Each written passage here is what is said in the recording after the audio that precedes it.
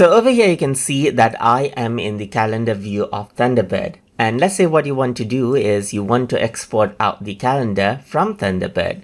So you can see that I got a bunch of calendars right here. So if I want to export out this calendar, for example, then I can simply right click right here and then click on export calendar. Once I do that, I can simply go around and then you can see that Explorer window pops up. So you can see that I can save it in ICS format, that is iCalendar format, that you can import out in another application of calendar, any other calendar application that supports it, or you can import it out in another computer's Thunderbird as well.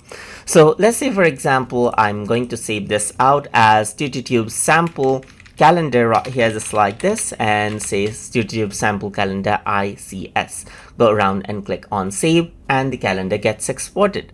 You can also go around onto the other calendar right here and then export out the calendar right here, and then this is what you have, as you can see. So this is the sample calendar right here, and you can go ahead and save this out right here, just like this. And that is how you can go ahead and export out calendar as you like from Thunderbird. So hope you guys learned something as always. And as always, please like, comment, share, and subscribe.